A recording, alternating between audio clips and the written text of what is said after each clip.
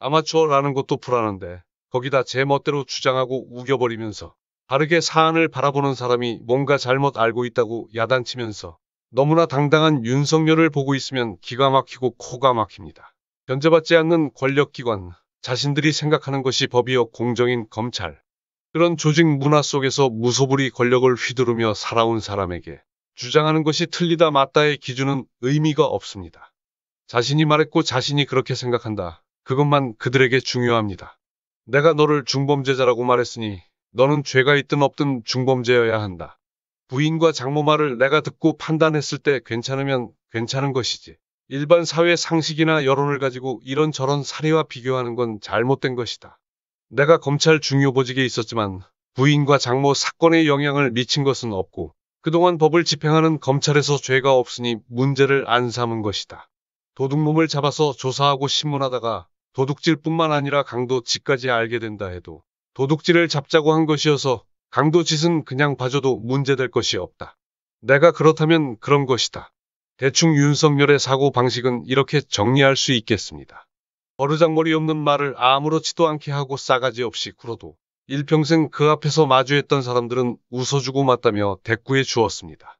검사 앞에 서야 하는 사람이 맘먹고 털면 검사 앞에 서야만 하는 사람이 검사의 비위를 거스를 수 없는 것이지요. 거스르지 않고 우쭈쭈 해주면서 똥꼬를 조금 간질러주면 부산저축은행 대장동 알선 브로커나 파주에서의 삼부토건처럼 윤석열에게 성은을 입고 무사할 수 있었습니다. 윤석열뿐만 아니라 대검 중수부가 아닌 일선청에 근무하는 검사라 해도 그런 모습이 당연한 듯 쉽게 확인할 수 있는 것이 우리 사회의 모습입니다. 불법의 경계선을 오가는 이들에게 검사는 가까이 두면 둘수록 좋았습니다. 경계선에 선 이들을 보통 하는 말로 정계 재개를 포함해서 기득권이라 하죠. 수사, 영장, 기소까지 독점했던 검찰은 인신 구속을 결정할 독점적 권한을 이용해서 비대해지고 자정 능력이 상실된 통제불능이 되었습니다. 저속하게 표현하면 거품 물고 날뛰는 미친 개라 할 수 있습니다.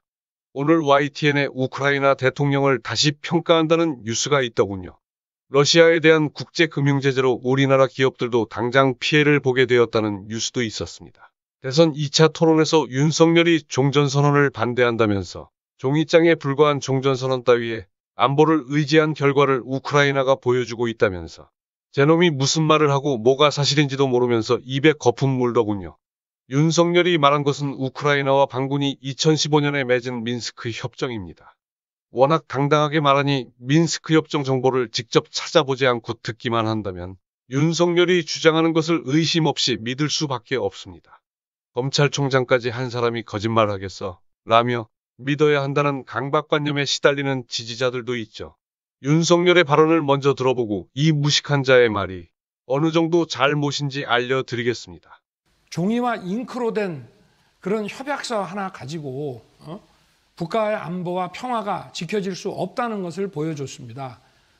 확실한 힘과 자기를 지킬 수 있는 힘과 그리고 강력한 동맹이 있어야 되는데 우크라이나는 그거 하나도 갖추지 못했습니다. 협약서와 또 민스크 협정 이런 거에만 지금 의존을 했는데 이재명 후보께서 지금 저렇게 종이와 잉크로 된 종전선언을 이렇게 강조하시는데 이 종전선언을 이렇게 강조해서 만들어내는 것 자체가 그게 우크라이나와 동일한 그 위협을 줄 수 있는 거 아니냐. 그럴듯하지 않나요? 매우 그럴듯하게 말하는 재주를 타고난 사람입니다. 윤석열 같은 사람에게 제일 피곤한 사람이 그냥 믿어주지 않고 따져보는 사람들입니다. 현대 사회에서 이런 사람들을 언론인, 기자라고 말하죠. 우리나라의 언론인, 기자가 너무 적음이 안타까운 현실입니다. 언론인, 기자 탈을 쓰고 여기저기 줄대면서 기웃거리는 쓰레기들만 넘쳐납니다. 윤석열 발언에 대해 결론부터 말씀드리자면 새빨간 거짓이며 아마도 자신과 비등하게 무식한 측근 그 누구에게서 얼핏 듣고 떠드는 말 같습니다. 윤석열이 훈련한 것은 어떻게 하면 사람을 효과적으로 잘 잡아 넣을까 하는 것뿐입니다. 모든 것이 그쪽으로만 발달되어 있습니다. 그 정도 학습이면 뇌 용량의 100분의 1 정도만 특화시키면 되지 않을까 싶습니다.